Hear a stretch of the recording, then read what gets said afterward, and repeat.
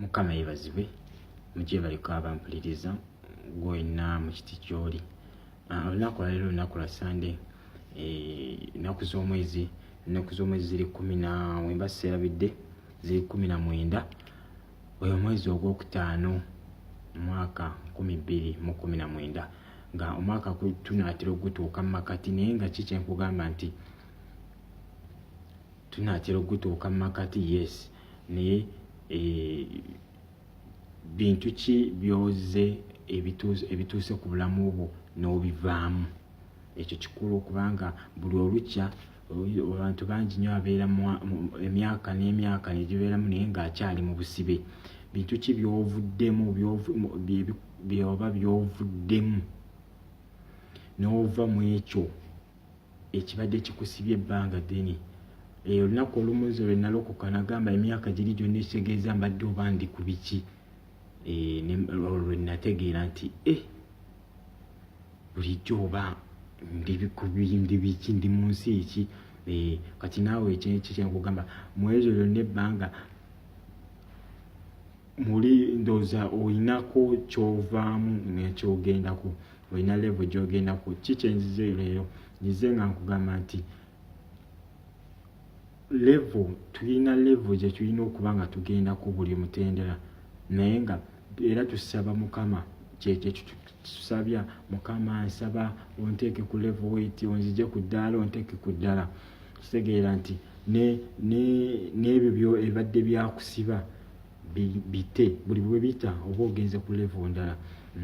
Obadde osaba mwana n'omufuna, ogenze ku level ya mwana.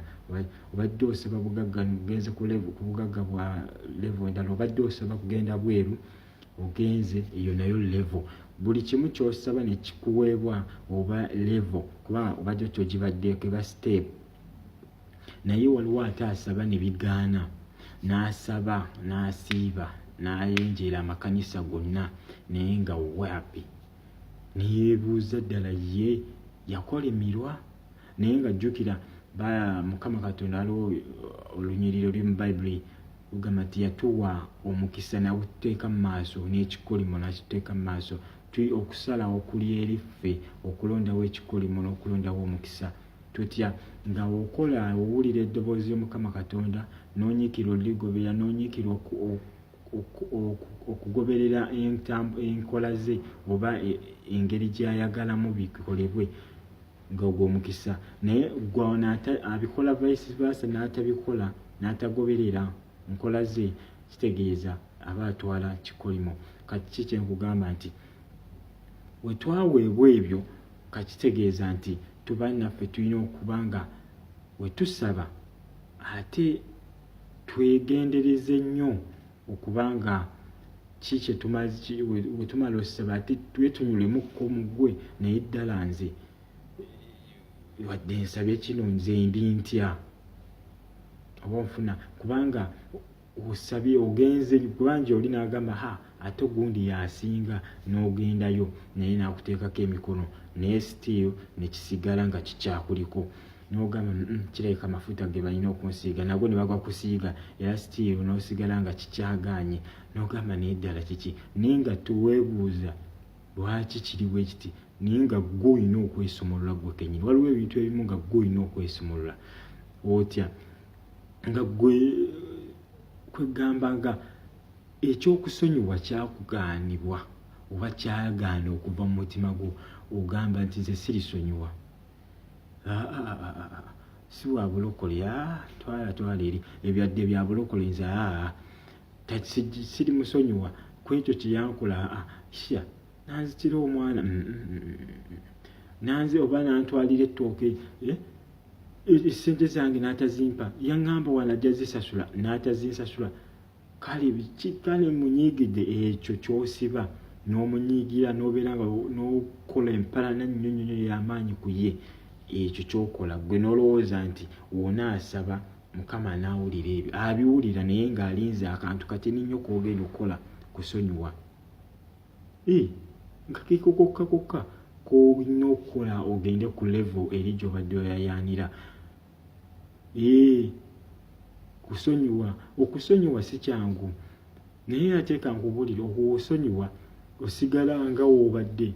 Era kino osobola okugenda oba gy'onaabira neweeyambula wenna engoye ng'omaze osonyiwa neweetunulako oti nga paaki zo zonna omukono amatu nga gonna gakyaliko tegakuvuddeeko naye nga wasonyiye. Kati golowooza nti wonaasonyiwa waliwo ekigenda okuvaako ekitundu kyo oba kigenda eri lwakuba wasonyiye, ogenda sigala oli mulamba. Oba Cosima Dewina ogenda sigala oli Cosima Dewina, ogenda sigala nga yeggwe, togenda kuggwerera.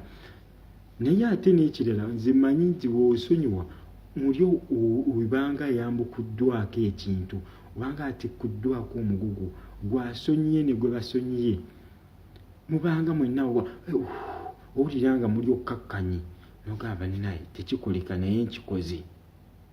Kati n'olwokwolaba Mukama wayerula ebibyo bibadde gyabisibidde wabadde anywereza naye ng'ekintu kitini nnyo.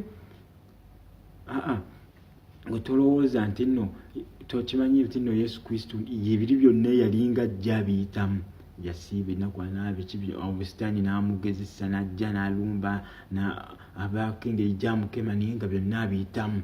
Avuunuka ezo zonna ensozi zonna n'azivuunuka n'atuuka paka missoni ye ey'okumukomerera. Naye era ne kuba ne wano we baamukomerera tebyakomaawo era yalumbibwa okuva awo wennyini. Bano abaamukomerera baamuyumya, baamukuba emiggo, bakola naye era yasitiiru yagamba taata kitange basonyiwe kuba kyebakola tebakimanyi. Si kyebakola nti tebakimanyi nti nno tebamanyi kuba misumaali oba kuba miggo, baali babimanyi, baabikuba ate era buli kimu bakikola perfectly, naye tebamanyi nti gwe baliko mwana wa Katonda.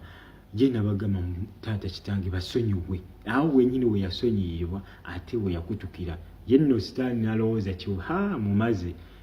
mumaze afudde, kumbe ate mission ekyeyongerayo agenda kugusa mission kubanga amaze okusonyiwa. Kati kye kyaddako mu nnaku 3 yazuukira. Ate ako sitaani yali takategedde mu kuzuukira nakati lyerinnya lyekyo kyayogera nti Yesu Kristo yeebazibwe.